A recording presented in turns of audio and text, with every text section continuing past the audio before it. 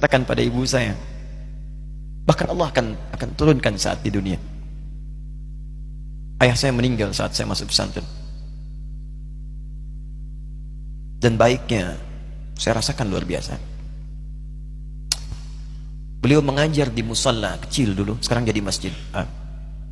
Itu saya selalu dibawa. Beliau mengajar, saya tidur.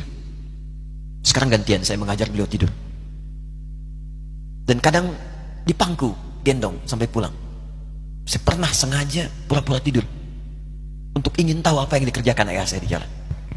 Jaga betul supaya nggak bangun. Begitu saya disimpan di kasur dan bangun, diajak bercanda. Saya mau masuk pesantren, beliau nggak sempat ngantar. Saya bertemu, beliau menangis, peluk saya, minta maaf, gak bisa ngantar ke pesantren. Saya belum mengerti apapun saat itu. Saya bertekad, insya Allah saya belajar dengan sungguh-sungguh. Sepekan 2 pekan saya dapat panggilan pulang. Saya tanya pada kakak saya yang ikut, sekarang ada di sini, di mana ayah? Beliau nggak jawab. Sampai di Bandung, paman saya, beliau sekarang Sekom MUI Jawa Barat, langsung menyampaikan, nampaknya nggak akan terkejar sampai sana, mungkin sudah dimakamkan. Saya ngerti, paham saat itu bahwa beliau telah wafat. Maka saya pulang. Maghrib saya sampai, saya dapati ibu di ruangan tengah.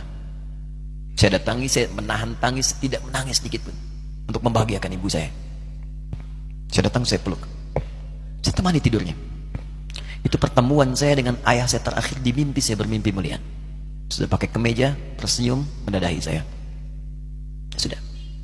Besoknya saya cari ke kamar, ternyata Allahu Akbar, apa yang selama ini saya pelajari di pesantren, kitabnya sudah ada di kamar semua, sudah disiapkan.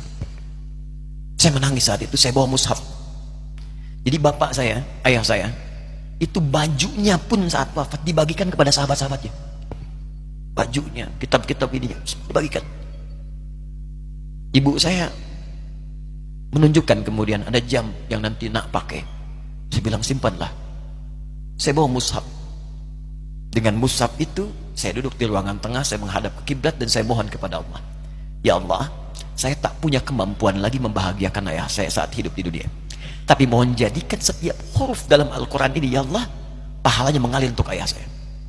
Begitu saya bacakan saat itu, tak bisa saya berhenti, dan tiba-tiba langsung masuk ayatnya, artinya, posisinya, nomornya, gak pernah berhenti, masuk.